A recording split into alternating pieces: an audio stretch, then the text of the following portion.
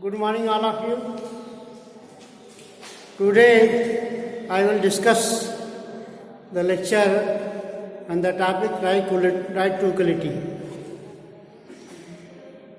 Right to equality में आज हम आपको पढ़ाएंगे कि अनुच्छेद 14 वर्गीकरण की अनुमति देता है तथा वर्ग विधान का निषेध करता है।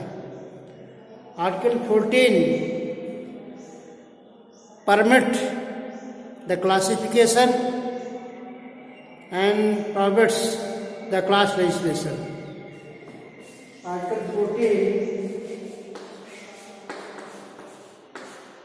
permits the classification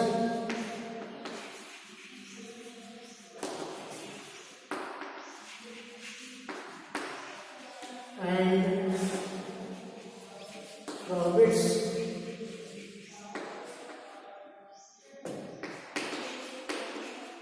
the class legislation.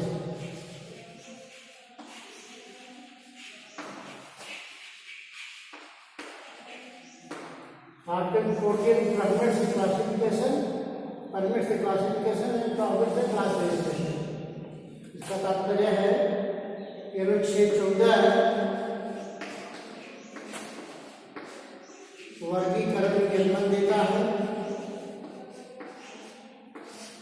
वर्गीकरण की अनुमति देता है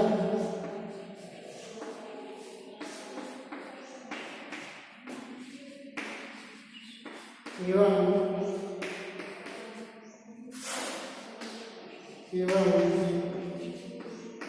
वर्ग विधान का निषेध करता है,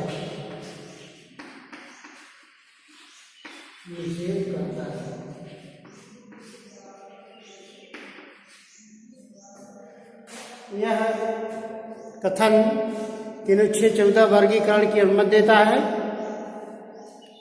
और वर्ग विधान का निषेध करता है।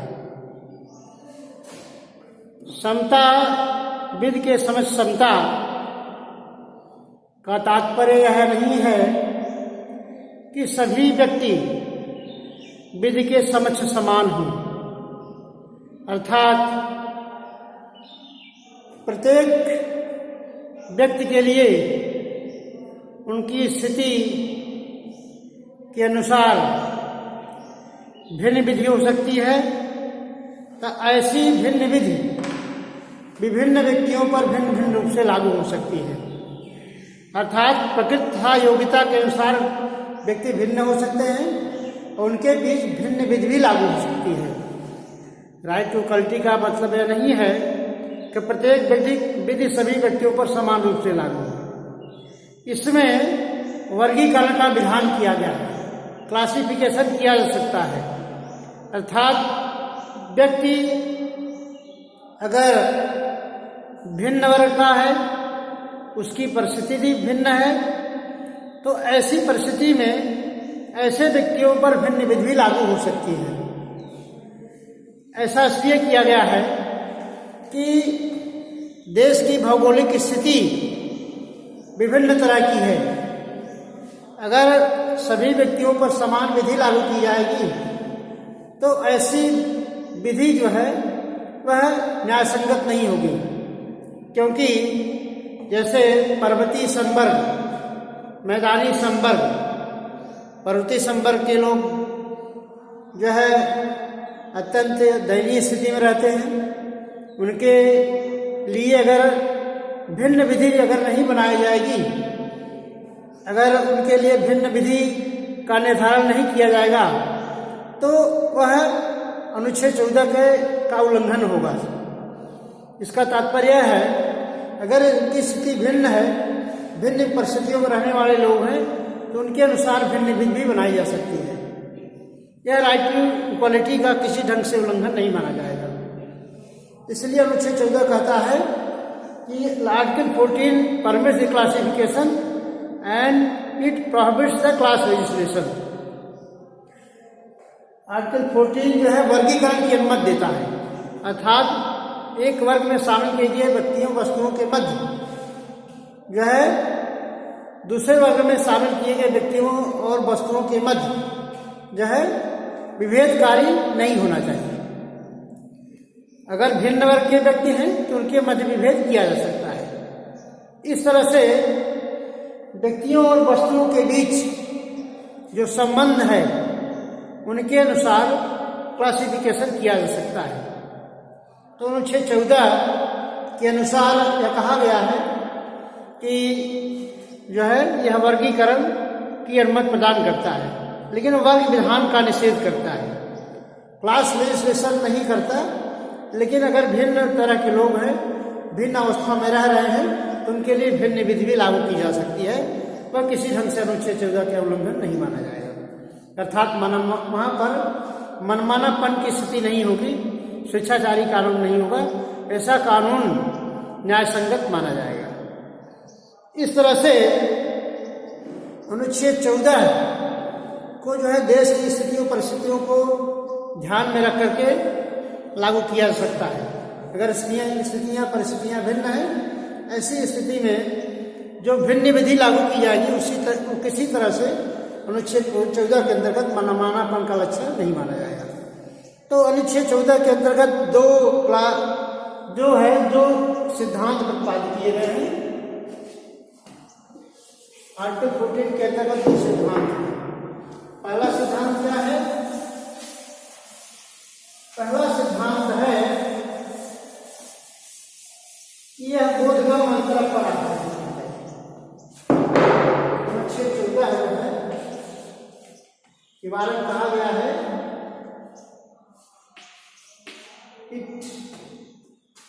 it must be based on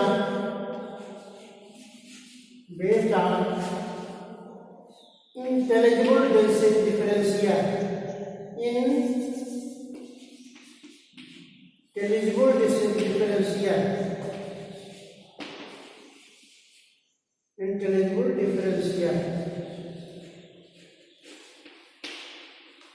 अर्थात कहने का तात्पर्य है यह बोधगम अंतरक पर आधारित होता है। बोधगम अंतरक पर आधारित होता है।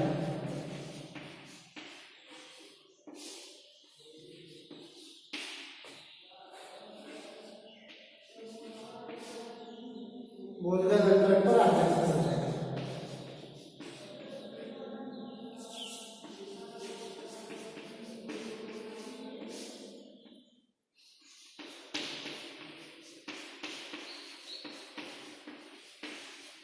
अनुच्छेद 14 का विषय पहला नियम है it must be based on the intelligible differentia. यह है बोधगम अंतरक पर आधारित होना चाहिए। It must be based on intelligible differentia.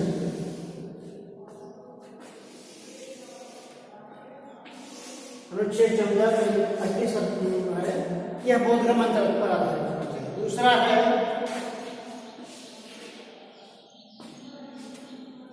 पहला है अनुच्छेद 14 बोधगम अंतरक पर आधारित। बोधगम अंतरक का तात्पर्य है कि जो कानून बने वह बोधगम्य है, सहज हो। और दूसरा है एक वर्ग में शामिल किए गए व्यक्तियों वस्तुओं का दूसरे वर्ग में शामिल किए गए व्यक्तियों की वस्तुओं के मध्य विभेद नहीं होना चाहिए।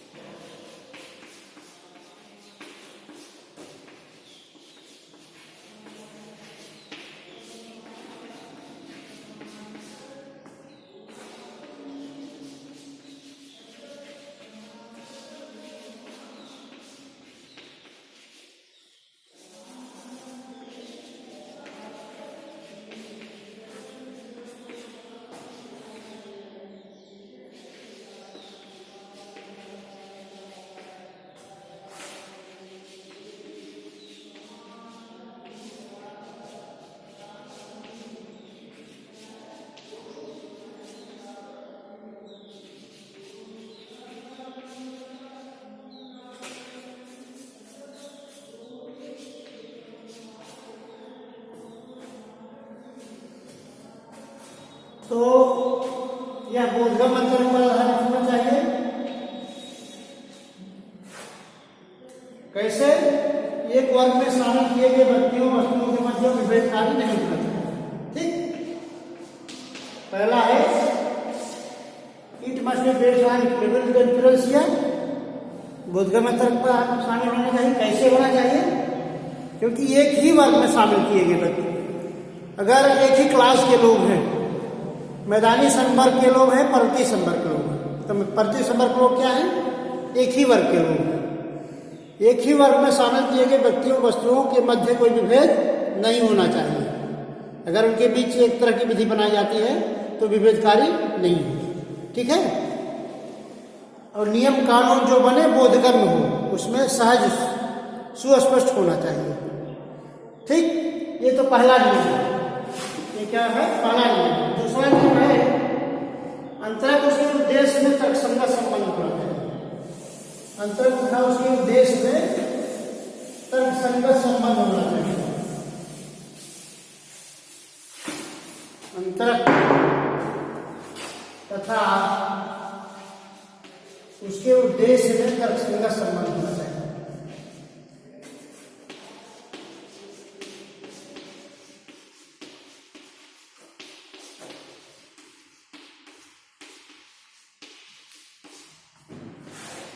देश में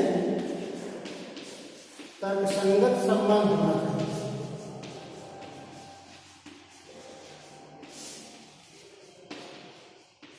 होना चाहिए जिसे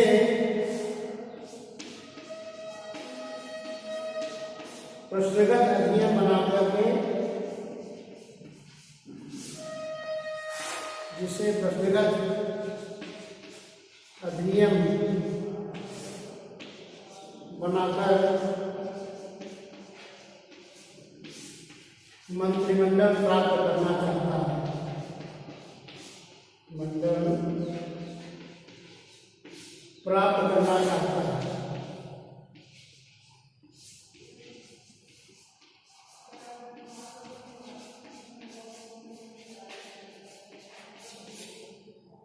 करना चाहता है।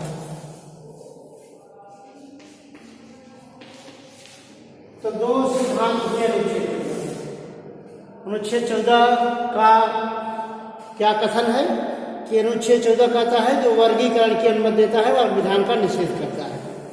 इसका मतलब यह है कि कानून जो बने वह कानून क्या होना चाहिए? मनमाना नहीं होना चाहिए। कानून स्वेच्छाचारी नहीं होना चाहिए।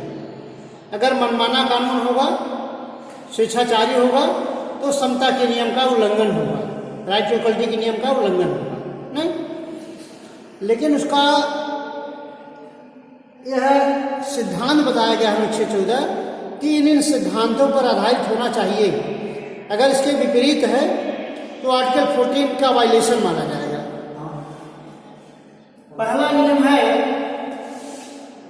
कि आर्टिकल 14 में कि यह बोधगम्य अंतरंग पर आधारित होना चाहिए तथा इसके उद्देश्य यह है it must be based on the intelligible differentia, जो एक व्यक्ति में शामिल किए गए व्यक्तियों वस्तुओं के बीच कोई विभेद न करता है। और दूसरा नियम है अंतरंग तथा उसके उद्देश्यों में तर्कसंगत संबंध होना चाहिए, जिसे प्रश्नगत अधिनियम बनाकर मंत्रिमंडल प्राप्त करना चाहता है।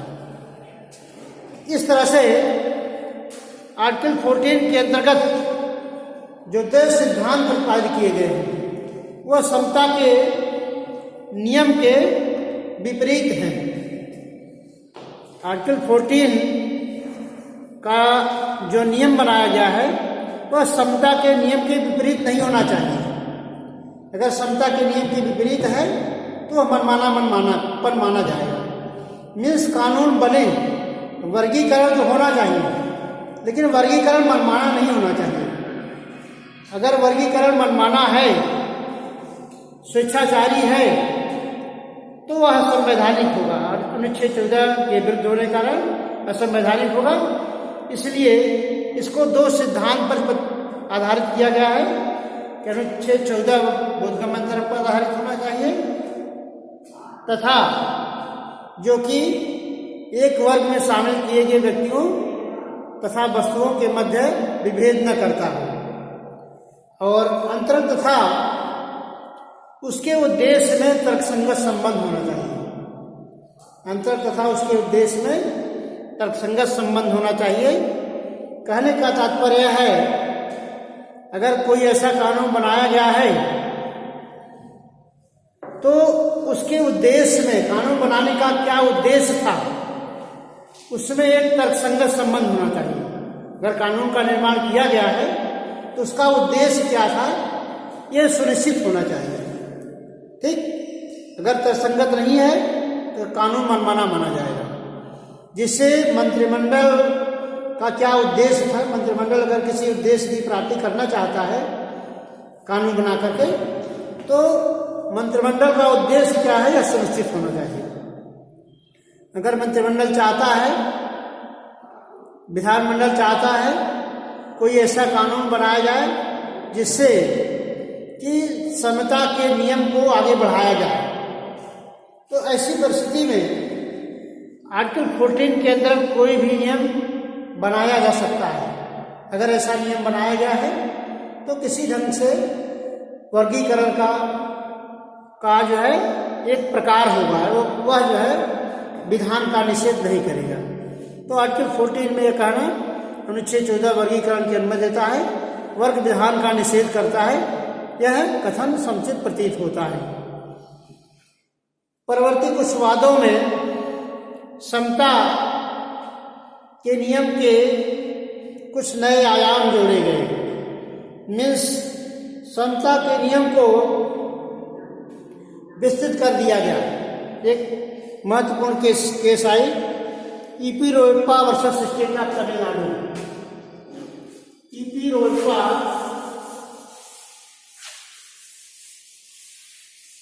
Versus state of Tamil Nadu.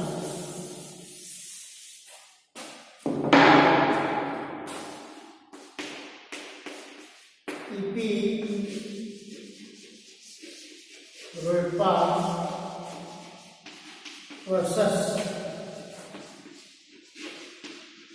State of Tamil Nadu.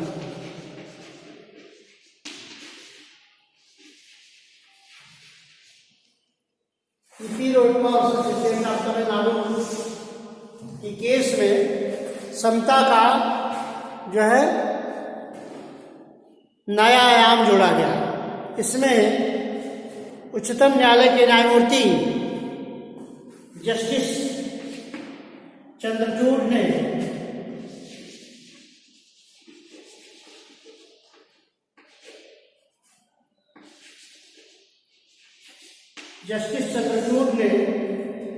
यह कहा कि समता एक गतिशील अवधारणा है, इसके विभिन्न रूप तथा आयाम है। यह सिद्धांतवाद तथा व्यवहारवाद की सीमाओं में नहीं बांधा जा सकता।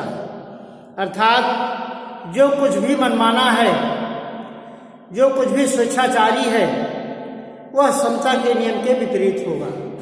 तो न्यायमूर्ति चंद्रचूड़ ने समता के नियम को प्रतिपादित करते हुए कहा कि जो है यह गतिशील अवधारणा है, इसे सिद्धांतवाद व्यवहारवाद की सीमाओं में नहीं बांधा जाता। जो कभी मनमाना और स्वेच्छाचारी है, समता के नियम के विपरीत होने के कारण वह जो है असंवैधानिक माना जाएगा। इसी तरह से I want to conclude my lecture. Next lecture I will deliver tomorrow. Thank you very much.